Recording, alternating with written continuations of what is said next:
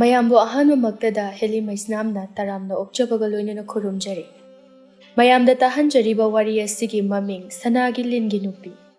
ꯋꯥꯔꯤ ꯑꯁꯤꯕꯨ ꯏꯕꯤꯔꯛꯄꯅ ꯂꯤꯂꯤ ꯁꯂꯥꯝ꯫ ꯋꯥꯔꯤ ꯑꯁꯤ ꯃꯌꯥꯝ ꯄꯨꯟꯅ ꯇꯥꯃꯤꯟꯅꯔꯁꯤ꯫ ꯊꯥꯏꯅ ꯃꯇꯝ ꯑꯃꯗ ꯎꯃꯪ ꯋꯥꯃꯪꯅ ꯄꯤꯛ ꯊꯜꯂꯕ ꯆꯤꯡꯅꯨꯡ ꯑꯃꯗ ꯃꯤ ꯈꯔ ꯈꯨꯟꯗꯥꯗꯨꯅ ꯂꯩꯔꯝꯃꯤ꯫ ꯈꯨꯜ ꯑꯁꯤꯗ ꯊꯥꯔꯤꯛꯊꯥ ꯀꯧꯕꯤ ꯂꯨꯈ꯭ꯔꯥꯕꯤ ꯑꯃꯁꯨ ꯂꯩꯔꯝꯃꯤ꯫ ꯊꯥꯔꯤꯛꯊꯥ ꯃꯔꯥꯏꯕꯛ ꯌꯥꯝꯅ ꯊꯤꯔꯕꯤ ꯂꯨꯈ꯭ꯔꯥꯕꯤꯅꯤ꯫ ꯃꯥꯒꯤꯅꯦ ꯍꯥꯏꯕꯗ ꯃꯆꯥꯅꯨꯄꯤ ꯑꯅꯤꯈꯛ ꯂꯩꯖꯔꯝꯃꯤ꯫ ꯃꯄꯨꯔꯣꯏꯕꯅ ꯃꯈꯣꯏꯕꯨ ꯅꯧꯅ ꯍꯨꯟꯗꯣꯛꯄꯤꯔꯝꯂꯦ꯫ ꯊꯥꯔꯤꯛꯊꯥꯅ ꯃꯆꯥ ꯑꯅꯤꯕꯨ ꯎꯃꯪꯗꯒꯤ ꯁꯤꯡ ꯆꯟꯗꯨꯅ ꯑꯃꯗꯤ ꯁꯥ ꯌꯦꯟ ꯂꯣꯏꯗꯨꯅ ꯍꯤꯡꯖꯔꯝꯃꯤ꯫ ꯃꯆꯥ ꯑꯅꯤ ꯌꯣꯛꯅꯅꯕ ꯍꯣꯠꯅꯕꯗ ꯋꯥꯕ ꯌꯥꯕ ꯋꯥꯖꯔꯛꯂꯕꯤ ꯊꯥꯔꯤꯛꯊꯥꯅꯤ꯫ ꯍꯧꯖꯤꯛꯇꯤ ꯃꯥꯁꯨ ꯑꯍꯜ ꯑꯣꯏꯁꯜꯂꯛꯂꯦ꯫ ꯃꯆꯥ ꯑꯍꯜ ꯂꯤꯟꯊꯣꯏ ꯑꯃꯗꯤ ꯂꯦꯝꯕꯤ ꯁꯅꯥꯁꯨ ꯂꯩꯁꯥ ꯃꯄꯨꯡ ꯐꯥꯔꯛꯂꯦ꯫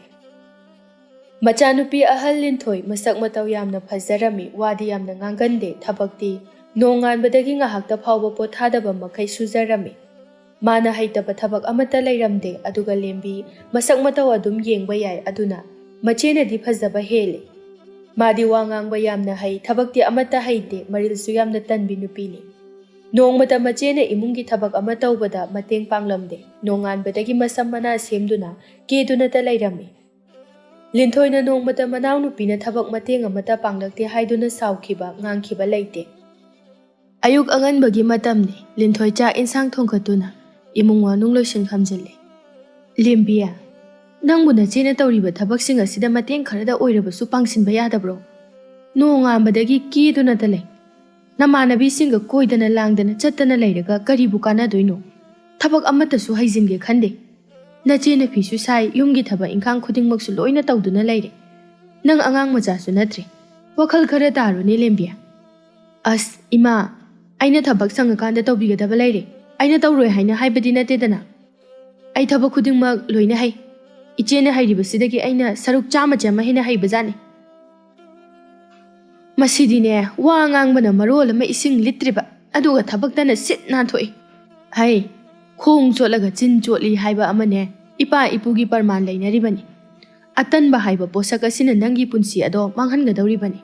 ꯏꯃꯥ, ꯑꯩꯁꯨ ꯁꯪꯉꯀꯥꯟꯗ ꯃꯇꯦꯡ ꯄꯥꯡꯗꯧ ꯂꯩꯔꯦ꯫ ꯃꯤꯅ ꯇꯥꯔꯒ ꯑꯩꯁꯦ ꯊꯕꯛ ꯀꯌꯥꯝ ꯁꯨꯅꯤꯡꯗꯕ ꯑꯣꯏꯅ ꯈꯟꯈ꯭ꯔꯅꯤ꯫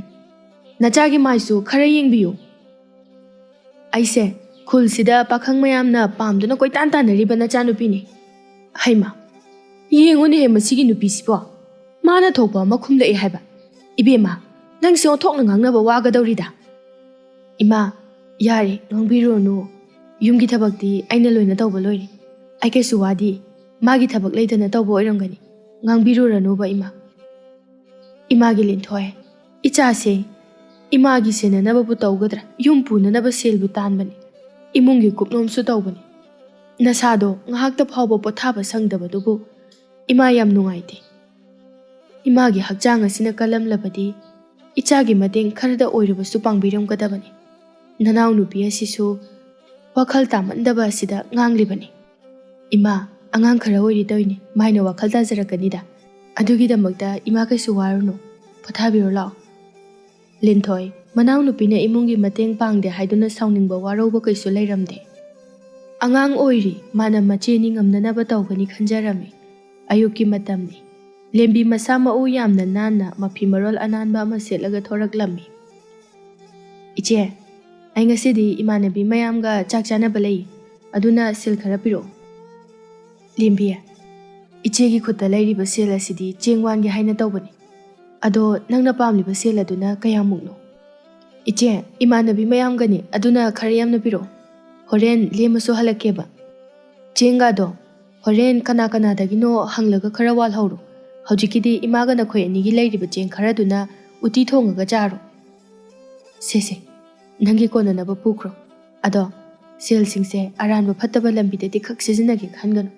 ꯍꯣꯔꯦꯟꯅꯦ ꯆꯥꯛ ꯆꯥꯕ ꯂꯣꯏꯔꯒ ꯉꯟꯅ ꯌꯨꯝꯗ ꯍꯜꯂꯛꯑꯣ꯫ ꯑꯇꯣꯞꯄꯗ ꯆꯠꯇꯅ ꯂꯩꯊꯣꯛꯀꯅꯨꯀꯣ꯫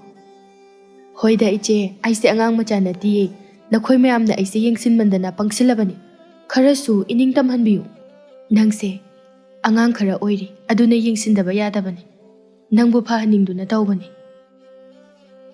ꯅꯪꯕꯨ ꯑꯋꯥꯕ ꯇꯥꯍꯟꯅꯤꯡꯗꯗꯨꯅ ꯇꯧꯔꯤꯕꯅꯤ꯫ ꯐꯔꯦ, ꯅꯪꯒꯤ ꯊꯕꯛꯇꯨ ꯆꯠꯂꯨꯔꯣ꯫ ꯃꯁꯤꯅ ꯑꯃꯨꯛ ꯀꯗꯥꯏꯗ ꯆꯠꯀꯗꯧꯔꯤꯕꯅꯣꯅꯦ ꯑꯌꯨꯛ ꯑꯉꯟꯕꯁꯤꯗ? ꯏꯃꯥ, ꯑꯩ ꯏꯃꯥꯟꯅꯕꯤ ꯃꯌꯥꯝ ꯆꯥꯛ ꯆꯥꯅꯕ ꯑꯃ ꯂꯩꯌꯦ, ꯑꯗꯨꯅ ꯑꯩ ꯆꯠꯀꯦ ꯇꯧꯕꯅꯤ꯫ Noongmata hek kaangdeda ko ibema nangse. Nangna tawrise sel manghanbani. Nachena numidang tumdaba makai phi saduna imunggi jeng wanjaribani. Aduga nangna sel sing lauthokpibada loire. Imagi lembiya. Nangbu wakhal kharada oiraba sutaroba. Ima, aibu kanana wakhal tade haino. Aimu wakhal taba midi male masida lairamaroi. Aina jalise sel manghanba nati ima. Nachagi sanga yamna yami. Yengo. Ichedi khulasiga miga nongmata supunde. Aduna magidi mi amta laite. Nachagidi ne mi wate. Lembiya. Nangini haina lairiba miyam aduna nongmata jeng khoya ama phawba pipirakrabrane. Oiroidabada sel manghanganu ko. Nang sune nahai ama haijinduna. Haujiktagi hauna sel tanba hayo. As, ima, noidi hanubini na kadaidagi khangdoino. Noiga wari sanaraga matam mangnanabane. Ai chale. Hai, nganda hanjala uko. Masi angangsibu karamba matamda wakhal tarakadabano khangdri. Linthoi, matung manaudine. Nanau nupida sel pibase to. Mase, khara nganghaudrabadi manggadawri ko. Hoi ma. Aigi icha Linthoi se. Mama aikhoigi khanbada yamna wajarabani. Taibang mapuna aigi icha asibu matik chaba iya nupa amata thingna hanbiduna. Nungai na pankhrabadi mama aise nungai jagadabani. Linthoi manau nupina araiba sel puma puraga chatkhiba aduna chengwaningai sel amata lairamde. Mama dadi haijaramde adubu mana chengphuda yengduna mabukni nungai jadaba adu tharik thana khangladuna hairai. Imagi Linthoi karigino ni ichana wariba aduba. Imadine kasisi chak yam chaningde. Puksisu yamna thankale. Aduna ne araiba cheng khara aduna pangkhok mana kharaga uti thonglaga charase. Aduna ima puk thaloi ai chengwa lokhigi. Linthoi nane tombina su nangi phanek yonkhiba ki sel su amata piraktri. Horen piraga oina walasi. Hojikidi ne uti thongduna charase. Ima puk thaniye. Ahal oiraba ainabu phanakanna namsenduna su kaya chaningu yararoi. Nang imagi waga nubema. Lao lao. Imane pangkhok mana hekpiraagi. Hoi ma. Tharik thana pangkhok hekpiduna Linthoi no uti hauna thonglaga mama macha mabuk thana chajarami. Asomdana lembi machedagi laukhiba sel aduna pamuba laitana sayen kaya ama thongduna chaminarami. Hojikti numidangi matam thengjelakle masi phawba lembi mayumda hanjelaklamde. Tharik tha amade Linthoi wakhal yamna wajarami. Masigi angangse asuk yamna thenglaba si phawbada hanjelaktaba ngamire. Hojikpo akhoina kadai chatuna hanglugadabano. Khunja singdasu hangluri. Nupinabu numidang thenglaba phawbada hanjelaktradi mina kari haina khigani. Masigi angangse yam pharoidawri. Ima amta tapthabi ko lambida thoktuna lakpra haina amta yengu kisi. Bema imungdagi mai puthokisi. Numidang asisune thokna mamkhre. Hoi ma ai lauthokigi. Linthoi amadi tharik thana maira ama paiduna lembi yengba thoraklami. Matam aduda lembi mamanabi kharaga noktuna yamna harauna lakpa urami. Lembi nangna ngasi tawribase karino. Nupi macha oiribana khoina asuk thenglaba phawbasida nupa macha amagumna leirak khulak phawduna koichat chatuna leiribasibu akiba amata phawdabro. Ima numidang athengbada nupa khakdana chatpa yaina kanana hainu. Nupi akhoisu chatningba matamda chatpa yai. Aikhoi kaisu kide. Lembi nang yam thuna yumda changsilaw. Nang ne ngangbi chaibidaba sida yamna wanglai. Ima nabi mayam mangsida yam ngangbirorno. Aine loina wakhal tai. Ngasida bukhara thengkhibai wani. Thabak chatpa haibasidi kanana tamba ngamgani. Nganna halakpa yaba matamda halaiduni. Ngasidi yadaduna tawrini. Lembi yarise imana saudana ngangi khangabadi nangna angangni khara hanba tamu. Nangna numidang thenglasi phawbada yumda halaktabaduda imana pakhatuna nganglibani. Lao chalase. Iche aidi ima oigera ichi oigera mina nganglaga aina sumtaduna layo haibadudi ngamoi. Aina ngasi phawbada tawrakpa thabak amata aranba yaude. Lembi mamaga machega na haibaga tade. Ngasaidagi ngairakliba mamaga machega ngaidaba makhai mayumda changki. Masigi angangse aikhoibu chenthagadaba machani. Masi khangani matam chana warak haudrabadi yaroidawri. Ima yare tawpiro. Ngasiꯗꯤꯅꯦ ꯅꯨꯃꯤꯗꯥꯡ ꯊꯦꯡꯖꯤꯜꯂꯛꯑꯦ ꯈꯠꯅ ꯆꯩꯅꯕꯒꯤ ꯃꯈꯣꯜ ꯇꯥꯔꯒ ꯃꯤꯅ ꯀꯔꯤ ꯈꯟꯈꯤꯅꯤ ꯅꯨꯄꯤ ꯉꯥꯛꯇ ꯄꯥꯟꯕ ꯌꯨꯝꯅꯤ ꯀꯅꯥꯅꯁꯨ ꯎꯁꯤꯠꯄꯤꯔꯣꯏ ꯑꯗꯨꯅ ꯏꯃꯥ ꯑꯩꯈꯣꯏ ꯋꯥ ꯉꯥꯡꯕ ꯌꯥꯝꯅ ꯂꯨꯏ ꯏꯆꯥꯅ ꯍꯥꯏꯔꯤꯕꯗꯣ ꯌꯥꯝꯅ ꯆꯨꯝꯃꯤ ꯏꯃꯥꯁꯨ ꯈꯪꯉꯤ ꯑꯗꯨꯕꯨꯅꯦ ꯅꯅꯥꯎ ꯅꯨꯄꯤ ꯑꯁꯤꯒꯤ ꯃꯇꯧ ꯑꯁꯦ ꯑꯩ ꯈꯥꯡꯗꯨꯅ ꯂꯩꯕ ꯉꯝꯃꯛꯇ꯭ꯔꯦ ꯏꯃꯥ ꯋꯥꯈꯜ ꯋꯥꯕꯤꯒꯅꯨ ꯊꯦꯝꯅꯧꯗꯅ ꯍꯥꯏꯔꯒ ꯃꯔꯥꯏꯅ ꯋꯥꯈꯜ ꯇꯥꯖꯔꯛꯀꯅꯤ ꯊꯥꯔꯤꯛꯊꯥ ꯃꯆꯥ ꯂꯦꯝꯕꯤꯒꯤ ꯃꯇꯧ ꯑꯁꯤꯗ ꯌꯥꯝꯅ ꯋꯥꯖꯔꯝꯃꯤ ꯃꯊꯪꯒꯤ ꯅꯨꯃꯤꯠꯅꯤ ꯂꯤꯟꯊꯣꯏ ꯆꯤꯡꯗ ꯁꯤꯡ ꯆꯟꯕ ꯆꯠꯀꯗꯕꯒꯤ ꯊꯣꯔꯛꯂꯝꯃꯤ ꯏꯃꯥ ꯑꯩ ꯁꯤꯡ ꯈꯔ ꯆꯠꯂꯨꯈꯤꯒꯦ ꯍꯧꯖꯤꯛꯀꯤ ꯆꯥꯛ ꯊꯣꯡꯅꯕ ꯑꯝꯇ ꯂꯩꯇ꯭ꯔꯦ ꯂꯤꯟꯊꯣꯏ ꯅꯅꯥꯎ ꯅꯨꯄꯤꯒ ꯆꯠꯃꯤꯟꯅꯧ ꯆꯤꯡꯅꯨꯡꯗ ꯅꯊꯟꯇ ꯆꯠꯀꯗꯣꯔꯤꯕꯗꯣ ꯏꯃꯥ ꯄꯥꯈꯠꯂꯦ ꯏꯃꯥ ꯂꯦꯝꯕꯤꯗꯨ ꯇꯨꯝꯍꯧꯔꯤꯕꯅꯤ ꯉꯔꯥꯡ ꯊꯕꯛ ꯆꯠꯊꯣꯛꯂꯨꯕꯗꯨꯗ ꯋꯥꯔꯝꯃꯅꯤ ꯑꯩ ꯏꯊꯟꯇ ꯆꯠꯂꯒꯦ ꯑꯗꯨꯒ ꯏꯃꯥꯅ ꯆꯥꯅꯤꯡꯉꯦ ꯍꯥꯏꯕ ꯋꯥꯁꯣꯏꯗꯣ ꯆꯤꯡꯗ ꯌꯥꯝꯅ ꯐꯖꯅ ꯍꯧꯕ ꯑꯃ ꯂꯩꯌꯦ ꯑꯗꯨꯗꯒꯤ ꯍꯦꯛꯂꯛꯑꯒꯦ ꯏꯃꯥ ꯅꯆꯥ ꯆꯠꯂꯨꯈꯤꯒꯦ ꯅꯤꯡꯊꯤꯖꯅ ꯌꯦꯡꯉꯒ ꯆꯠꯂꯨꯀꯣ ꯆꯤꯡꯅꯨꯡꯗꯣ ꯀꯥ ꯍꯦꯟꯅ ꯃꯅꯨꯡ ꯆꯪꯁꯤꯜꯂꯨꯅꯨ ꯏꯕꯦꯝꯃ ꯍꯣꯏ ꯏꯃꯥ ꯂꯤꯟꯊꯣꯏ ꯃꯃꯥꯗ ꯍꯥꯏꯔꯝꯗꯨꯅ ꯆꯤꯡꯗ ꯁꯤꯡ ꯆꯟꯕ ꯆꯠꯂꯝꯃꯤ ꯂꯤꯟꯊꯣꯏ ꯆꯤꯡꯅꯨꯡ ꯈꯔ ꯆꯪꯁꯤꯟꯗꯨꯅ ꯅꯠꯇ꯭ꯔꯕꯗꯤ ꯁꯤꯡ ꯑꯐꯕ ꯂꯩꯇꯕ ꯃꯔꯝ ꯑꯣꯏꯔꯒ ꯆꯪꯁꯤꯜꯂꯒ ꯁꯤꯡ ꯆꯜꯂꯝꯃꯤ ꯃꯃꯥꯅ ꯆꯥꯅꯤꯡꯉꯤ ꯍꯥꯏꯕ ꯋꯥꯁꯣꯏ ꯑꯗꯨꯁꯨ ꯍꯦꯛꯆꯔꯝꯃꯤ ꯍꯧꯖꯤꯛꯇꯤ ꯃꯌꯨꯝ ꯃꯥꯏꯀꯩ ꯄꯥꯡꯂꯛꯄ ꯃꯇꯝꯗ ꯍꯩꯀ꯭ꯔꯨ ꯄꯥꯟꯕꯤ ꯐꯖꯕ ꯍꯩꯀ꯭ꯔꯨꯅ ꯌꯣꯝꯕ ꯃꯈꯩ ꯃꯁꯥ ꯄꯨꯝꯕ ꯍꯩꯊꯗꯨꯅ ꯄꯥꯟꯕ ꯑꯃ ꯊꯦꯡꯅꯔꯝꯃꯤ ꯍꯩꯀ꯭ꯔꯨ ꯑꯁꯤꯗꯤ ꯑꯣꯟꯊꯣꯛꯅ ꯐꯖꯅ ꯄꯥꯟꯈ꯭ꯔꯦꯗ ꯂꯦꯝꯕꯤꯗꯣ ꯍꯩ ꯌꯥꯝ ꯄꯥꯝꯖꯕꯅꯤ ꯈꯤꯇ ꯍꯦꯛꯈꯤꯒꯦ ꯑꯁꯨꯝꯅ ꯈꯟꯗꯨꯅ ꯃꯥꯅ ꯆꯪꯁꯤꯜꯂꯛꯄ ꯃꯇꯝꯗꯗꯤ ꯍꯩꯀ꯭ꯔꯨ ꯃꯈꯣꯡꯗ ꯀꯩꯖꯥꯎ ꯑꯃ ꯀꯨꯟꯗꯨꯅ ꯂꯩꯔꯝꯕꯗꯨ ꯊꯣꯔꯛꯂꯝꯃꯤ ꯂꯤꯟꯊꯣꯏ ꯀꯩꯖꯥꯎ ꯑꯗꯨ ꯎꯕꯗ ꯃꯁꯥ ꯑꯗꯨ ꯄꯥꯈꯠꯆꯔꯝꯃꯤ ꯃꯥꯅ ꯂꯦꯞꯇꯨꯅ ꯂꯩꯔꯤꯕ ꯃꯐꯝ ꯑꯗꯨꯗꯒꯤ ꯇꯨꯡ ꯍꯟꯗꯨꯅ ꯆꯦꯟꯕꯁꯨ ꯉꯝꯖꯗꯦ ꯀꯩꯖꯥꯎ ꯑꯗꯨꯅ ꯉꯪꯗꯨꯅ ꯃꯥꯒꯤ ꯃꯅꯥꯛꯇ ꯑꯁꯨꯝ ꯆꯪꯁꯤꯜꯂꯛꯄ ꯑꯗꯨꯗ ꯂꯤꯟꯊꯣꯏ ꯃꯃꯥ ꯌꯥꯝꯅ ꯊꯨꯅ ꯂꯩꯗꯨꯅ ꯃꯌꯨꯝ ꯃꯥꯏꯀꯩ ꯄꯥꯡꯅ ꯀꯟꯅ ꯆꯦꯜꯂꯛꯂꯝꯃꯤ ꯑꯗꯨꯕꯨ ꯀꯩꯖꯥꯎ ꯑꯗꯨꯅ ꯃꯥꯒꯤ ꯃꯅꯥꯛꯇ ꯍꯦꯟꯅ ꯅꯛꯁꯤꯜꯂꯛꯂꯝꯃꯤ ꯂꯤꯟꯊꯣꯏ ꯃꯈꯣꯡ ꯑꯗꯨ ꯎꯔꯤ ꯑꯃꯗ ꯄꯟꯗꯨꯅ ꯇꯨꯁꯤꯜꯂꯤ ꯃꯇꯝ ꯑꯗꯨꯗ ꯀꯩꯖꯥꯎ ꯑꯗꯨꯅ ꯃꯥꯒꯤ ꯃꯅꯥꯛꯇ ꯆꯨꯡꯁꯤꯜꯂꯛꯂꯝꯃꯤ ꯂꯤꯟꯊꯣꯏ ꯃꯈꯨꯠꯅ ꯃꯃꯤꯠ ꯑꯗꯨ ꯃꯦꯟꯁꯤꯟꯗꯨꯅ ꯂꯩꯖꯔꯝꯃꯤ ꯈꯪꯍꯧꯗꯦ ꯃꯇꯝ ꯑꯗꯨꯗ ꯀꯗꯣꯝꯗꯒꯤꯅꯣ ꯈꯪꯗꯦ ꯁꯅꯥ ꯃꯆꯨꯒꯤ ꯐꯖꯔꯕ ꯂꯤꯟꯖꯥꯎ ꯑꯃꯅ ꯀꯩꯖꯥꯎ ꯑꯗꯨꯕꯨ ꯂꯥꯛꯇꯨꯅ ꯆꯤꯡꯊꯣꯛꯈꯤ ꯂꯤꯟꯊꯣꯏꯅ ꯃꯃꯤꯠ ꯄꯥꯡꯊꯣꯔꯛꯄ ꯃꯇꯝꯗ ꯁꯅꯥ ꯃꯆꯨꯒꯤ ꯐꯖꯔꯕ ꯂꯤꯟꯖꯥꯎ ꯑꯗꯨꯅ ꯀꯩ ꯑꯗꯨꯒ ꯃꯥꯌꯣꯛꯅꯗꯨꯅ ꯊꯦꯡꯅꯔꯝꯕ ꯑꯗꯨ ꯎꯔꯝꯃꯤ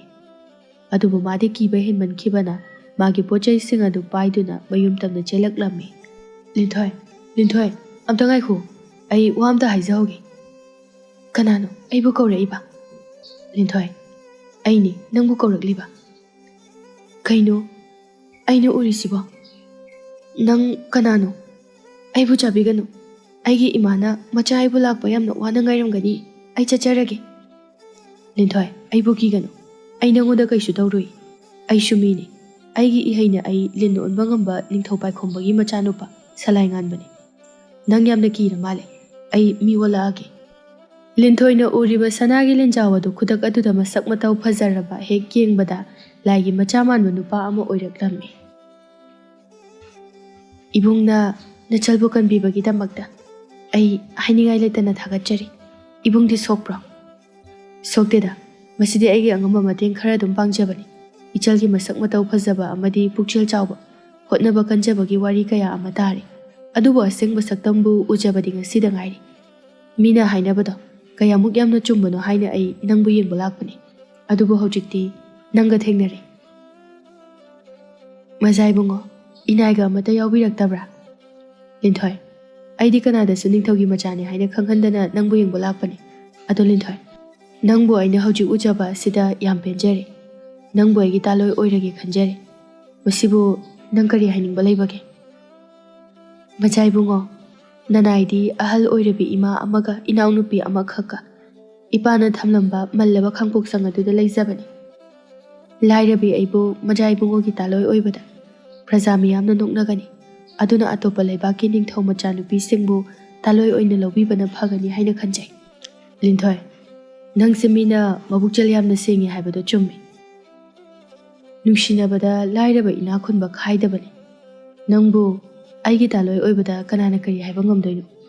ꯀꯅꯥꯒꯤꯁꯨ ꯃꯇꯤꯛ ꯂꯩꯇꯦ ꯅꯪꯒꯤ ꯅꯊꯛꯇ ꯋꯥꯍꯩ ꯐꯠꯇꯕ ꯑꯃ ꯍꯦꯛ ꯍꯥꯏꯔꯛꯄ ꯃꯤ ꯑꯗꯣ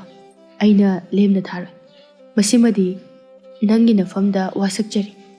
ꯑꯩꯕꯨ ꯊꯥꯖꯕꯤꯌꯨ ꯂꯤꯟꯊꯣꯏ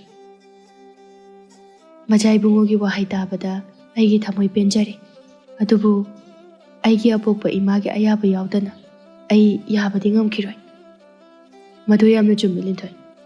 ꯍꯌꯦꯡ ꯑꯩꯒꯤ ꯏꯃꯥ ꯏꯄꯥ ꯊꯥꯔꯛꯇꯨꯅ ꯅꯪꯕꯨ ꯃꯤꯌꯥꯝ ꯃꯃꯥꯡꯗ ꯍꯥꯏꯅꯕ ꯂꯥꯛꯀꯅꯤ꯫ ꯃꯁꯤꯒꯤ ꯄꯥꯎ ꯑꯁꯤꯗ ꯏꯃꯥꯗ ꯇꯝꯕꯤꯌꯨ꯫ ꯐꯔꯦ, ꯑꯗꯨꯗꯤ ꯑꯩ ꯅꯪꯕꯨ ꯆꯤꯡꯈꯥ ꯑꯁꯤ ꯐꯥꯎꯕ ꯊꯤꯟꯖꯔꯝꯂꯒꯦ, ꯑꯗꯨꯒ ꯑꯩꯁꯨ ꯀꯣꯅꯨꯡ ꯄꯥꯡꯈ꯭ꯔꯒꯦ꯫ ꯃꯆꯥ ꯏꯕꯨꯡꯉꯣ, ꯌꯥꯔꯅꯤ, ꯑꯩ ꯏꯊꯟꯇ ꯍꯟꯖꯈ꯭ꯔꯒꯦ꯫ ꯌꯥꯔꯣꯏ ꯌꯥꯔꯣꯏ, ꯑꯩ ꯊꯤꯟꯒꯦ꯫ ꯁ꯭ꯋꯥꯏ ꯃꯐꯝꯁꯦ ꯀꯩ ꯌꯥꯝꯅ ꯂꯩꯕ ꯃꯐꯝꯅꯤ꯫ ꯑꯁꯨꯝꯅ ꯁꯂꯥꯏ ꯉꯥꯟꯕꯅ ꯃꯥꯒꯤ ꯀꯨꯏꯅꯗꯒꯤ ꯅꯤꯡꯖꯔꯛꯄꯤ ꯂꯤꯟꯊꯣꯏꯕꯨ ꯅꯨꯡꯁꯤ ꯐꯣꯡꯗꯣꯛꯆꯔꯝꯃꯤ꯫ ꯍꯧꯖꯤꯛꯇꯤ ꯃꯈꯣꯏ ꯑꯅꯤꯒꯤ ꯅꯨꯡꯁꯤꯕꯒꯤ ꯋꯥꯔꯤ ꯍꯧꯔꯛꯂꯝꯃꯤ꯫ ꯂꯤꯟꯊꯣꯏ ꯃꯌꯨꯝ ꯌꯧꯕꯒ ꯃꯃꯥꯗ ꯋꯥꯔꯤ ꯄꯨꯝꯕ ꯂꯤꯗꯨꯅ ꯈꯪꯍꯜꯂꯝꯃꯤ꯫ ꯑꯗꯨꯕꯨ ꯁꯂꯥꯏ ꯉꯥꯟꯕ ꯂꯤꯟ ꯑꯣꯟꯕ ꯉꯝꯃꯤ ꯍꯥꯏꯕꯗꯨꯃꯗꯤ ꯂꯤꯊꯣꯛꯂꯝꯗꯦ꯫ ꯏꯃꯥꯒꯤ ꯏꯕꯦꯝꯃ, ꯏꯃꯥꯅ ꯀꯨꯏꯅꯗꯒꯤ ꯉꯥꯏꯖꯔꯛꯄ ꯃꯪꯂꯥꯟ ꯑꯗꯣ ꯉꯁꯤꯗꯤ ꯇꯥꯏꯕꯪ ꯃꯄꯨꯅ ꯈꯪꯕꯤꯔꯦ꯫ ꯏꯆꯥꯅ ꯅꯨꯡꯉꯥꯏꯅ ꯄꯥꯟꯖꯈꯤꯕꯗꯨꯅꯤ ꯏꯃꯥꯅ ꯄꯥꯝꯖꯔꯤꯕ꯫ ꯏꯃꯥ ꯌꯥꯝ ꯄꯦꯜꯂꯦ꯫ ꯁꯂꯥꯏ ꯉꯥꯟꯕ ꯍꯥꯏꯕ ꯅꯤꯡꯊꯧꯒꯤ ꯑꯃꯠꯇ ꯌꯥꯎꯖꯕ ꯃꯆꯥꯅꯨꯄꯥꯗꯣ ꯌꯥꯝꯅ ꯐꯕ ꯃꯤꯁꯛ ꯑꯃꯅꯤ꯫ ꯃꯥꯅ ꯄ꯭ꯔꯖꯥ ꯃꯤꯌꯥꯝꯕꯨ ꯅꯨꯡꯁꯤꯅ ꯂꯣꯏꯅꯕ ꯑꯃꯗꯤ ꯃꯤꯌꯥꯝꯅ ꯁꯣꯟꯅꯔꯤꯕꯅꯤ꯫ ꯑꯗꯨꯕꯨ ꯍꯧꯖꯤꯛꯇꯤꯅꯦ ꯏꯌꯥ ꯅꯨꯄꯥ ꯑꯣꯏꯒꯗꯧꯔꯤ꯫ ꯊꯥꯔꯤꯛꯊꯥ ꯃꯆꯥꯅꯨꯄꯤꯕꯨ ꯁꯂꯥꯏ ꯉꯥꯟꯕꯅ ꯍꯥꯏꯅꯕ ꯂꯥꯛꯂꯅꯤ ꯇꯥꯕꯗ ꯌꯥꯝ ꯍꯔꯥꯎꯖꯔꯝꯃꯤ꯫ ꯃꯊꯪꯒꯤ ꯅꯣꯡꯉꯥꯟꯕꯒ ꯊꯥꯔꯤꯛꯊꯥ ꯃꯁꯥ ꯃꯎ ꯅꯥꯟꯅ ꯅꯤꯡꯊꯧ ꯑꯃꯗꯤ ꯃꯍꯥꯔꯥꯅꯤ ꯉꯥꯏꯗꯨꯅ ꯂꯩꯔꯝꯃꯤ꯫ ꯂꯩꯕꯥꯛꯀꯤ ꯁꯛꯅꯥꯏꯔꯕ ꯅꯤꯡꯊꯧ ꯄꯥꯏꯈꯣꯝꯕ ꯑꯃꯗꯤ ꯃꯍꯥꯔꯥꯅꯤ ꯊꯣꯏꯕꯤ ꯑꯆꯥ ꯑꯊꯛ ꯀꯌా ꯑꯃ ꯄꯨꯗꯨꯅ ꯌꯥꯝ ꯍꯔꯥꯎꯅ ꯊꯥꯔꯤꯛꯊꯥꯒꯤ ꯃꯌꯨꯝꯗ ꯂꯥꯛꯂꯝꯃꯤ꯫ ꯏꯅꯤꯡꯊꯧ, ꯃꯆꯥ ꯏꯕꯦꯝꯃ, ꯀꯥꯈꯠꯄꯤꯔꯛꯎ꯫ ꯏꯅꯦ, ꯉꯁꯤ ꯑꯩꯈꯣꯏꯅ ꯂꯥꯛꯂꯤꯕꯁꯤ ꯏꯅꯦꯒꯤ ꯏꯆꯥꯅꯨꯄꯤ ꯂꯤꯟꯊꯣꯏꯕꯨ ꯏꯃꯧ ꯅꯨꯄꯤ ꯑꯣꯏꯖꯔꯒꯦ ꯍꯥꯏꯗꯨꯅ ꯍꯥꯏꯖꯕ ꯂꯥꯛꯆꯔꯤꯕꯅꯤ꯫ ꯃꯁꯥ ꯃꯁꯥ ꯎꯅꯗꯨꯅ ꯋꯥꯔꯤꯁꯨ ꯁꯥꯟꯅꯔꯕ ꯃꯥꯜꯂꯤ꯫ ꯑꯗꯨꯕꯨꯅꯦ, ꯆꯠꯅꯕꯤꯒꯤ ꯃꯇꯨꯡ ꯏꯟꯅ ꯍꯥꯏꯖꯕ ꯂꯥꯛꯆꯔꯤꯕꯅꯤ ꯏꯅꯦ꯫ ꯏꯅꯤꯡꯊꯧ, ꯃꯍꯥꯔꯥꯅꯤ ꯏꯕꯦꯝꯃ, ꯅꯅꯥꯏꯒꯤꯗꯤ ꯌꯥꯝꯅ ꯂꯥꯏꯕꯛ ꯐꯕ ꯋꯥꯅꯤ꯫ ꯑꯩꯒꯤ ꯏꯆꯥꯅꯨꯄꯤ ꯂꯤꯟꯊꯣꯏ, ꯃꯃꯥ ꯑꯩꯒꯤ ꯈꯟꯕꯗ ꯌꯥꯝꯅ ꯋꯥꯖꯔꯛꯂꯕꯅꯤ꯫ ꯑꯗꯨꯅ ꯑꯩꯒꯤ ꯏꯆꯥꯕꯨ ꯅꯤꯡꯊꯧꯒꯤ ꯏꯃꯧ ꯅꯨꯄꯤ ꯑꯣꯏꯗꯨꯅ ꯌꯥꯝꯅ ꯅꯨꯡꯉꯥꯏꯅ ꯄꯥꯟꯕꯗꯣ ꯃꯃꯥ ꯑꯩꯅ ꯎꯔꯒ ꯄꯦꯟꯖꯒꯅꯤ꯫ ꯏꯅꯤꯡꯊꯧ, ꯏꯆꯥ ꯑꯅꯤꯒꯤ ꯂꯨꯍꯣꯡꯕꯁꯦ ꯑꯩꯁꯨ ꯌꯥꯖꯔꯦ꯫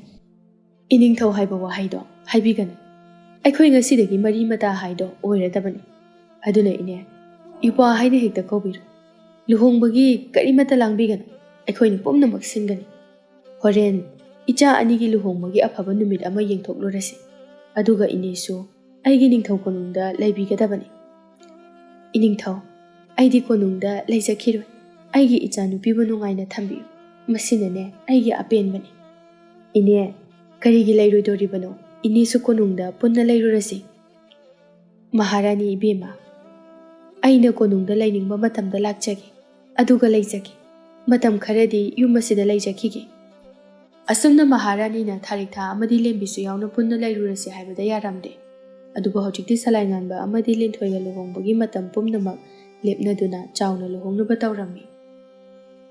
ꯏꯃꯥꯒꯤ ꯂꯤꯟꯊꯣꯏ, ꯅꯪꯅ ꯀꯣꯅꯨꯡꯗ ꯂꯩꯕ ꯃꯇꯝꯗ ꯅꯅꯦꯝꯄꯣꯛ ꯑꯃꯗꯤ ꯅꯀꯨꯕꯣꯛꯄꯨ ꯊꯧꯒꯜꯂꯣꯟ ꯕꯦꯕꯥꯔ ꯂꯩꯅ ꯋꯥꯉꯥꯡ ꯁꯉꯥꯡꯗ ꯅꯣꯂꯨꯛꯅ ꯍꯥꯏꯖꯒꯗꯕꯅꯤꯀꯣ꯫ ꯍꯣꯏ ꯏꯃꯥ, ꯅꯆꯥ ꯏꯃꯥꯅ ꯍꯥꯏꯕ ꯈꯨꯗꯤꯡꯃꯛ ꯇꯧꯖꯒꯦ꯫ ꯑꯗꯣ ꯏꯃꯥꯒ ꯂꯦꯝꯕꯤꯒꯁꯨ ꯄꯨꯟꯅ ꯀꯣꯅꯨꯡꯗ ꯆꯠꯂꯁꯤ꯫ ꯑꯩ ꯏꯃꯥꯕꯨ ꯊꯥꯗꯣꯛꯇꯨꯅ ꯆꯠꯄ ꯉꯝꯒꯗꯕ ꯃꯥꯟꯗꯦ꯫ ꯏꯃꯥꯒꯤ ꯂꯤꯟꯊꯣꯏ, ꯏꯃꯥꯁꯨ ꯏꯆꯥꯕꯨ ꯅꯣꯡꯃꯇ ꯎꯗꯕꯗ ꯂꯩꯕ ꯉꯝꯗꯦ꯫ ꯑꯗꯨꯕꯨ ꯅꯪꯒꯤ ꯅꯅꯥꯎ ꯅꯨꯄꯤ ꯑꯁꯦ ꯏꯃꯥꯅ ꯁꯦꯝꯗꯣꯛꯄꯤꯗ꯭ꯔꯕꯗꯤ ꯀꯣꯅꯨꯡ ꯑꯗꯨꯗ ꯅꯪꯒꯤ ꯃꯥꯏ ꯆꯣꯛꯂꯛꯄ ꯌꯥꯏ꯫ ꯑꯗꯨꯅꯅꯦ, ꯃꯥꯒꯤ ꯂꯝꯆꯠ ꯑꯃꯨꯛꯇ ꯁꯦꯝꯗꯣꯛꯈꯤꯒꯦ, ꯑꯗꯨꯒ ꯏꯃꯥ ꯁꯣꯏꯗꯅ ꯂꯥꯛꯀꯅꯤ꯫ ꯃꯇꯝ ꯑꯗꯨꯗ ꯂꯦꯝꯕꯤ ꯌꯥꯝ ꯁꯥꯎꯅ ꯏꯃꯨꯡꯗ ꯆꯪꯂꯛꯇꯨꯅ ꯃꯃꯥꯗ ꯍꯥꯏꯔꯝꯃꯤ꯫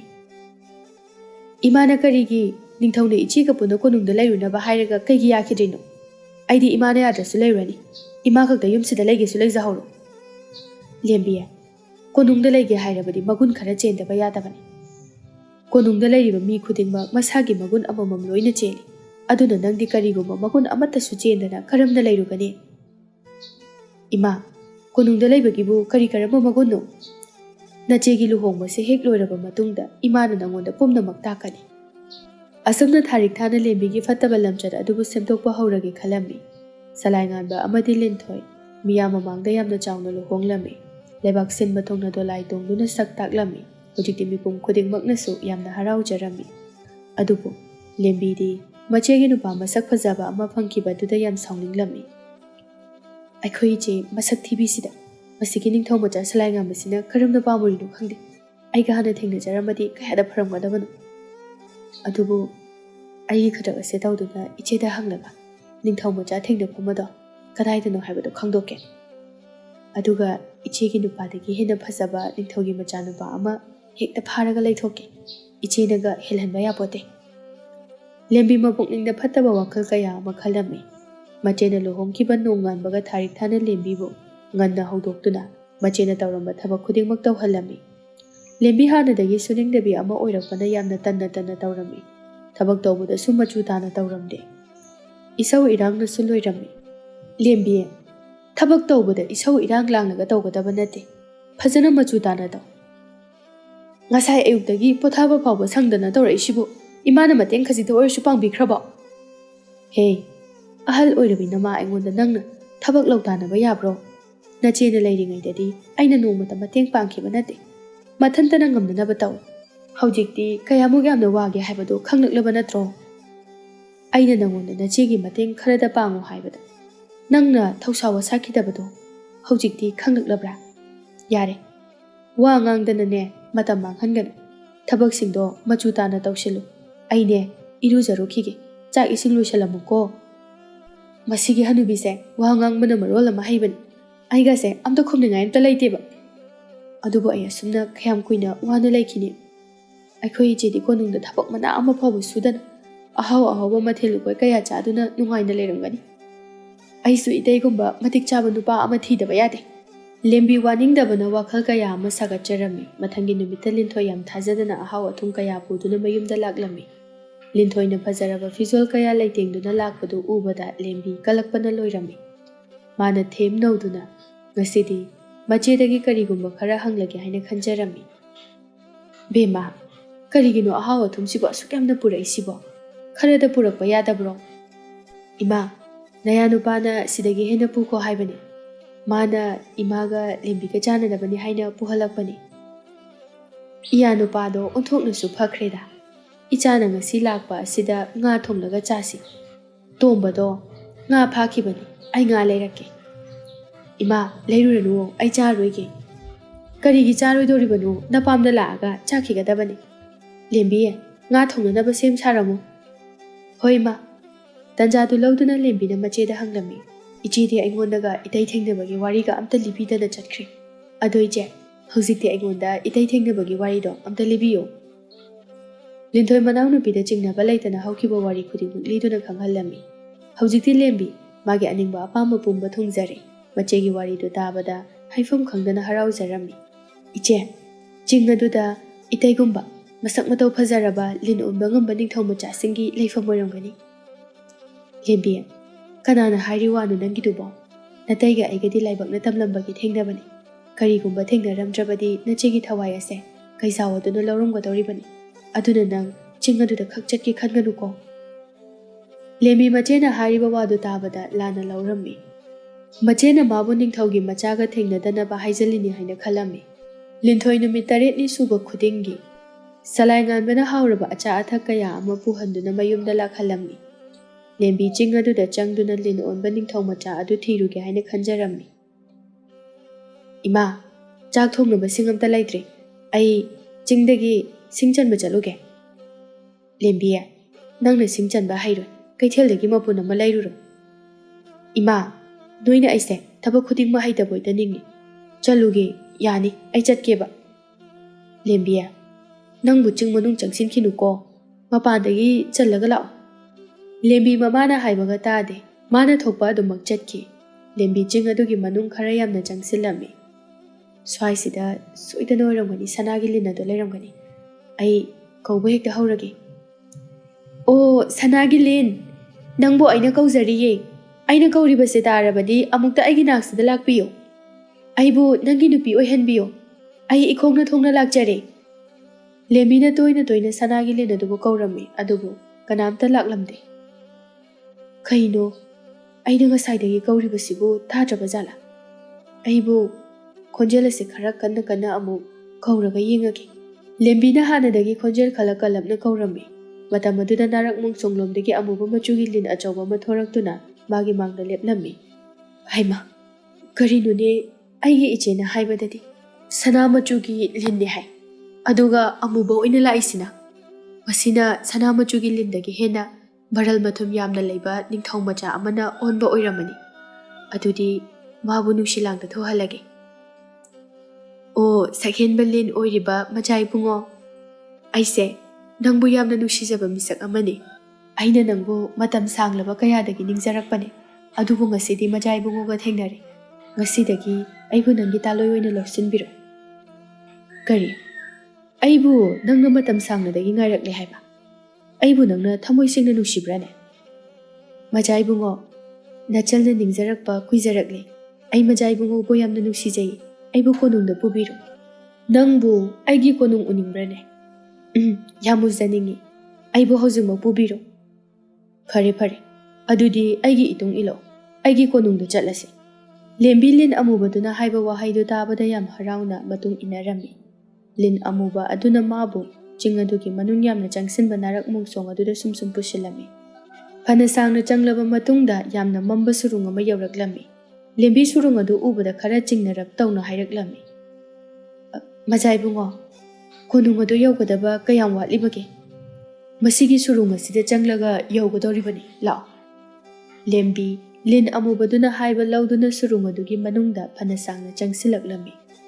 ꯉꯁꯥꯏ ꯃꯈꯩ ꯃꯝꯕꯅ ꯀꯔꯤꯃꯠꯇ ꯎꯔꯝꯗꯦ, ꯑꯗꯨꯕꯨ ꯁꯨꯔꯨꯡ ꯑꯗꯨꯒꯤ ꯑꯔꯣꯏꯕ ꯃꯅꯨꯡ ꯑꯗꯨ ꯌꯧꯔꯕꯗ ꯃꯉꯥꯜ ꯈꯔ ꯐꯥꯎꯖꯤꯜꯂꯛꯄ ꯑꯗꯨꯗ ꯍꯧꯖꯤꯛꯇꯤ ꯁꯨꯔꯨꯡ ꯑꯗꯨꯒꯤ ꯃꯅꯨꯡꯗ ꯂꯩꯔꯝꯂꯤꯕ ꯐꯤꯕꯝ ꯑꯗꯨ ꯎꯔꯦ꯫ ꯀꯔꯤꯅꯣ ꯇꯧꯔꯤꯕꯁꯤꯗꯤ? ꯑꯩꯅ ꯂꯩꯔꯤꯕ ꯃꯐꯝ ꯑꯁꯤꯗꯤ ꯀꯣꯅꯨꯡ ꯅꯠꯇꯦꯅ, ꯂꯤꯟ ꯃꯌꯥꯝꯅ ꯌꯣꯝꯂꯕ ꯁꯩꯇꯥꯟꯁꯤꯡꯒꯤ ꯃꯐꯝꯅꯤ꯫ ꯃꯆꯥ ꯏꯕꯨꯡꯉꯣ, ꯑꯩꯕꯨ ꯑꯃꯨꯛꯇ ꯀꯟꯕꯤꯌꯨ, ꯂꯤꯟ ꯃꯌꯥꯝ ꯑꯁꯤꯅ ꯑꯩꯕꯨ ꯆꯤꯛꯀꯗꯧꯔꯦ꯫ ꯂꯦꯝꯕꯤ, ꯅꯪꯕꯨ ꯑꯩ ꯌꯥꯝꯅ ꯅꯨꯡꯁꯤ ꯍꯥꯏꯈꯤꯕꯗꯥꯏꯅꯦ? ꯑꯩꯕꯨ ꯅꯨꯡꯁꯤꯕꯒꯤ ꯑꯋꯥꯕ ꯃꯥꯌꯣꯛꯅꯕ ꯇꯥꯕꯅꯤ꯫ ꯅꯪꯅ ꯈꯜꯂꯤꯕꯕꯨ ꯁꯅꯥꯒꯤ ꯂꯤꯟ ꯑꯣꯟꯕ ꯉꯝꯕ ꯃꯤꯅꯤ ꯈꯜꯂꯝꯒꯅꯤ꯫ ꯑꯩꯗꯤ ꯃꯤ ꯅꯠꯇꯦ, ꯇꯥꯏꯕꯪ ꯃꯤꯑꯣꯏꯕꯕꯨ ꯃꯥꯡꯍꯟꯅꯕ ꯁꯤꯟꯕ ꯂꯤꯟꯕꯨꯅꯤ꯫ ꯅꯪꯁꯨ ꯑꯩꯒꯤ ꯈꯨꯠꯇ ꯇꯥꯔꯤ, ꯍꯧꯖꯤꯛꯇꯤ ꯅꯊ꯭ꯋꯥꯏ ꯃꯥꯡꯕ ꯇꯥꯕꯅꯤ꯫ ꯂꯦꯝꯕꯤꯒꯤ ꯃꯅꯥꯛ ꯇꯝꯅ ꯂꯤꯟ ꯃꯌꯥꯝ ꯑꯗꯨ ꯆꯪꯁꯤꯜꯂꯛꯇꯨꯅ ꯂꯦꯝꯕꯤꯗ ꯆꯤꯛꯂꯝꯃꯤ꯫ ꯂꯦꯝꯕꯤ ꯃꯐꯝ ꯑꯗꯨꯗ ꯊꯋꯥꯏ ꯊꯥꯔꯝꯃꯤ꯫ ꯑꯁꯣꯝꯗꯅ ꯊꯥꯔꯤꯛꯊꯥ ꯃꯆꯥꯅꯨꯄꯤ ꯂꯦꯝꯕꯤ ꯅꯨꯃꯤꯗꯥꯡ ꯊꯦꯡꯖꯤꯜꯂꯛꯂ ꯐꯥꯎꯕ ꯍꯟꯖꯤꯜꯂꯛꯇꯕ ꯑꯗꯨꯗ ꯄꯥꯈꯠꯆꯔꯝꯃꯤ꯫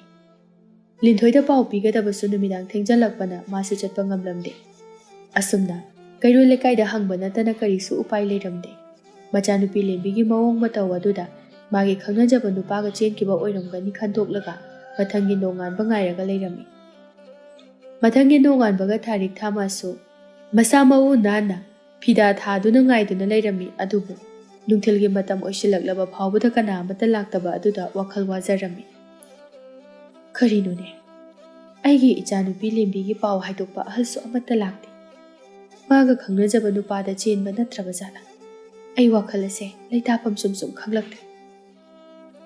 ꯑꯋꯥꯡ ꯂꯩꯀꯥꯏꯒꯤ ꯊꯣꯏꯕꯗꯨ ꯀꯧꯗꯨꯅ ꯂꯤꯟꯊꯣꯏꯗꯣ ꯑꯃꯨꯛꯇ ꯄꯥꯎ ꯄꯤꯍꯜꯂꯨꯒꯦ꯫ ꯊꯥꯔꯤꯛꯊꯥ ꯌꯥꯝ ꯊꯨꯅ ꯑꯉꯥꯡ ꯑꯃ ꯊꯥꯗꯨꯅ ꯂꯤꯟꯊꯣꯏꯗ ꯄꯥꯎ ꯑꯁꯤ ꯈꯪꯍꯜꯂꯝꯃꯤ꯫ ꯂꯤꯟꯊꯣꯏ ꯑꯃꯗꯤ ꯁꯂꯥꯏ ꯉꯥꯟꯕ ꯊꯤꯟꯊꯗꯅ ꯃꯌꯨꯝꯗ ꯂꯥꯛꯂꯝꯃꯤ꯫ ꯏꯃꯥ, ꯄꯥꯎꯁꯦ ꯉꯔꯥꯡꯅ ꯈꯪꯍꯟꯕꯤꯔꯛꯄ ꯌꯥꯗꯕ꯭ꯔꯥ? ꯂꯤꯟꯊꯣꯏ, ꯏꯃꯥꯁꯨ ꯅꯅꯥꯎ ꯅꯨꯄꯤꯒꯤ ꯃꯇꯧ ꯑꯗꯨꯗ ꯃꯥꯒ ꯈꯪꯅꯖꯕ ꯅꯨꯄꯥꯗ ꯆꯦꯟꯈꯤꯕ ꯑꯣꯏꯔꯝꯒꯅꯤ ꯈꯟꯗꯨꯅ ꯄꯥꯎ ꯍꯥꯏꯗꯣꯛꯄꯗꯣ ꯂꯥꯛꯄ ꯉꯥꯏꯔꯝꯕꯅꯤ꯫ ꯑꯗꯨꯕꯨ ꯍꯧꯖꯤꯛ ꯐꯥꯎꯕ ꯍꯥꯏꯗꯣꯛꯄ ꯀꯅꯥꯁꯨ ꯂꯥꯛꯇꯕ ꯑꯁꯤꯗ ꯅꯈꯣꯏꯗ ꯄꯥꯎ ꯄꯤꯈꯤꯕꯅꯤ꯫ ꯏꯃꯥ, ꯉꯔꯥꯡ ꯂꯦꯝꯕꯤꯗꯨꯕꯨ ꯀꯥꯏ ꯆꯠꯀꯅꯤ ꯍꯥꯏꯔꯝꯒꯦ? ꯏꯕꯨꯡꯉꯣ, ꯉꯔꯥꯡꯁꯦ ꯆꯤꯡꯗ ꯁꯤꯡ ꯆꯟꯕ ꯆꯠꯂꯨꯒꯦ ꯍꯥꯏꯔꯝꯕꯅꯤ꯫ ꯂꯤꯟꯊꯣꯏ ꯃꯃꯥꯒꯤ ꯋꯥꯗꯣ ꯇꯥꯕꯗ ꯃꯅꯥꯎꯅꯨꯄꯤꯅ ꯆꯤꯡ ꯑꯗꯨꯗ ꯁꯅꯥꯒꯤ ꯂꯤꯟ ꯊꯤꯔꯨꯒꯦ ꯍꯥꯏꯈꯤꯕꯗꯨ ꯅꯤꯡꯁꯤꯡꯂꯛꯂꯝꯃꯤ꯫ ꯃꯥꯒꯤ ꯊꯃꯣꯏꯗ ꯃꯅꯥꯎꯅꯨꯄꯤ ꯑꯗꯨ ꯆꯤꯡ ꯑꯗꯨꯗ ꯆꯪꯕꯗ ꯀꯩꯖꯥꯎꯅ ꯁꯣꯏꯗꯅ ꯆꯥꯔꯝꯂꯅꯤ ꯈꯟꯖꯔꯝꯃꯤ꯫ ꯃꯥꯒꯤ ꯋꯥꯔꯤꯗꯨ ꯃꯃꯥꯗ ꯍꯥꯏꯔꯝꯗꯦ꯫ ꯏꯃꯥ, ꯂꯦꯝꯕꯤꯗꯣ ꯀꯩꯁꯨ ꯇꯧꯔꯝꯃꯣꯏ꯫ ꯀꯣꯅꯨꯡꯗ ꯆꯠꯇꯨꯅ ꯃꯤ ꯀꯌꯥ ꯑꯃ ꯊꯥꯗꯣꯛꯇꯨꯅ ꯊꯤꯍꯜꯂꯁꯤ꯫ ꯏꯃꯥ, ꯉꯁꯤꯒꯤꯗꯤ ꯀꯣꯅꯨꯡꯗ ꯂꯩꯔꯨꯔꯁꯤ꯫ ꯏꯃꯥ, ꯂꯤꯟꯊꯣꯏꯅ ꯍꯥꯏꯔꯤꯁꯤꯅ ꯐꯔꯅꯤ, ꯀꯩꯁꯨ ꯋꯥꯕꯤꯒꯅꯨ ꯏꯃꯥ, ꯀꯣꯅꯨꯡꯗ ꯅꯆꯥ ꯑꯩꯈꯣꯏꯒ ꯆꯠꯂꯁꯤ꯫ ꯁꯂꯥꯏ ꯉꯥꯟꯕ ꯑꯃꯗꯤ ꯂꯤꯟꯊꯣꯏꯅ ꯃꯃꯥꯕꯨ ꯀꯣꯅꯨꯡꯗ ꯄꯨꯗꯨꯅ ꯊꯝꯂꯝꯃꯤ꯫ ꯂꯤꯟꯊꯣꯏ ꯃꯄꯨꯔꯣꯏꯕꯗ ꯃꯥꯒꯤ ꯆꯤꯡꯅꯕ ꯄꯨꯝꯕ ꯂꯤꯗꯨꯅ ꯈꯪꯍꯜꯂꯝꯃꯤ꯫ ꯂꯤꯟꯊꯣꯏꯒꯤ ꯋꯥꯗꯣ ꯇꯥꯕꯗ ꯁꯂꯥꯏ ꯉꯥꯟꯕ ꯃꯃꯤꯠ ꯆꯞ ꯌꯨꯡꯈꯠꯂꯛꯂꯝꯃꯤ꯫ ꯂꯤꯟꯊꯣꯏ, ꯁꯣꯏꯗ꯭ꯔꯦ, ꯂꯦꯝꯕꯤꯗꯣ ꯐꯠꯇ꯭ꯔꯕ ꯂꯤꯟꯕꯨꯒꯤ ꯃꯈꯨꯠꯇ ꯇꯥꯔꯝꯂꯒꯅꯤ꯫ ꯀꯩꯅꯣꯅꯦ ꯃꯆꯥ ꯏꯕꯨꯡꯉꯣꯅ ꯍꯥꯏꯕꯤꯔꯤꯕꯗꯨꯕꯣ? ꯂꯤꯟꯕꯨ ꯍꯥꯏꯕꯕꯨ ꯀꯅꯥꯅꯣ? ꯂꯤꯟꯕꯨ ꯍꯥꯏꯕꯗꯤ ꯂꯤꯟꯖꯥꯎ ꯑꯃꯨꯕꯅꯤ꯫ ꯃꯥꯗꯤ ꯌꯥꯝꯅ ꯐꯠꯇꯕ ꯇꯥꯏꯕꯪ ꯃꯤꯑꯣꯏꯕꯕꯨ ꯃꯥꯡꯍꯟꯅꯕ ꯍꯣꯠꯅꯕ ꯃꯔꯣꯜ ꯊꯣꯛꯄ ꯂꯤꯟꯅꯤ꯫ ꯃꯥꯅ ꯂꯦꯝꯕꯤꯕꯨ ꯁꯣꯏꯗꯅ ꯐꯥꯔꯝꯂꯒꯅꯤ꯫ ꯃꯆꯥ ꯏꯕꯨꯡꯉꯣ, ꯑꯩꯒꯤ ꯏꯅꯥꯎꯅꯨꯄꯤꯗꯣ ꯌꯥꯝ ꯄꯪꯖꯕꯅꯤ, ꯃꯥꯕꯨ ꯑꯝꯇ ꯀꯟꯕꯤꯌꯨ꯫ ꯂꯤꯟꯊꯣꯏ, ꯀꯩꯁꯨ ꯈꯟꯒꯅꯨ, ꯑꯩꯅ ꯍꯧꯖꯤꯛꯃꯛ ꯆꯠꯇꯨꯅ ꯃꯥꯕꯨ ꯂꯧꯔꯨꯒꯅꯤ꯫ ꯑꯗꯨꯕꯨ ꯂꯦꯝꯕꯤꯗꯣ ꯇꯦꯛꯇ ꯀꯥꯏꯗꯅ ꯂꯩꯔꯝꯕ ꯏꯁꯣꯔ ꯈꯨꯔꯨꯝꯃꯨ꯫ ꯃꯁꯤ ꯍꯥꯏꯗꯨꯅ ꯈꯨꯗꯛ ꯑꯗꯨꯗ ꯃꯅꯥꯏꯁꯤꯡꯒ खुद थांग तीन कया पाइदुना चिंग अदुगी सुक्लबा सुरुंग तमना चंगलक्लमी हौजिक्ति लिंथोइना ममादसु वारी पुंबलीदुना खंगहल्ले थारिक था पाखतपना लोइरे मतम फना थेंजिलक्ले सलाइंगानबा हौजिक फावबा हलक्त्रे मतौ अदुदा पाखतनारमी गायहाक लेरगा सलाइंगानबा अमदि मनाय कया लागले अदुबु लेंबीगी थवा याउद्रबा हक्चांग ओइना पुरक्ले इचेगी लेंबी खैनो नंगना तौरक्लिबा मतौसिबो इमागी लेंबी नंगबो इमाना चै गांखिबा इमा यामना लालेने नंगबो अमुक्ता हलखोने इमागी लेंबी लेंबी कराम चाउरुबा वादना नुंगाइनिंगबगी लमचत अदुना मपुनसे अदु खंगु थक्ता मांगखि लेंबीगी हक्चांग अदुबु मियाम चंगदुना मथौ मंगम पांगथोकपिरमी हौजिक्ति मागी मथौ मंगम पुमनमक पांगथोकपा लोइख्रे लिंथोइगी वाखलदा मनाव नुपीबु कावबा ngamlamde नोंमा मागी मंगलांदा लेंबी लाक्तुना हाइरमी इचे अइना वाखल थेंबी ओइरुबना अइगी पुंसी खंगु थक्ता मांगले ननावने हिंगलिंगैदा इचेगी मतेंग अमता पांगलमद्रे अदुना इचे अइने इचेगी नचानुपा ओइनु पोक्तुना इचेगी सेबा तौबा लाक्चरगे लिंथोइ ममंगदा लेंबीना हाइरमबदु ताबदा कपलमी इचेगी लेंबी नंगबु इचेना वारिदो लिरमद्रबदि करिसु तौरमदबा याइको अइने इनावबु पुंसी तेलहनबगा चप मानरे लिंथोइ कइदौरगे नंगबो से तो खपकनु हौख्रबदि हौख्रे ताइबंग मपुना तमलमलबनि तो नंगी नतौदो इमाना उरगा हेना नुंगाइदे अदुनने नंग इमागी खंदुना लेंबीगी वाखल खरा काउथो इमाबु वाखल नुंगाइना थंबा हाइबसे अइखोय अनिगी इथौनि होय मजाइबु ननाइ नुपी यामना लानख्रे अइ ngasiदगी लेंबीगी वाखल काउथोकलगे लिंथोइ नुमित असिदगी इकुइ कुइदना मिरोल लक्लमी मसिगी पाउसे ताबदा सलाइंगानबा हराउबना लोइरमी कोनुंगदा लैरिबा मिपुम खुदिंगमक हराउबना लोइरमी इमागी लिंथोइ हौजिक्ति इचासु ममा हाइबदो ओइरगदबनि अदुनने अफबा वाखल खनगदबनि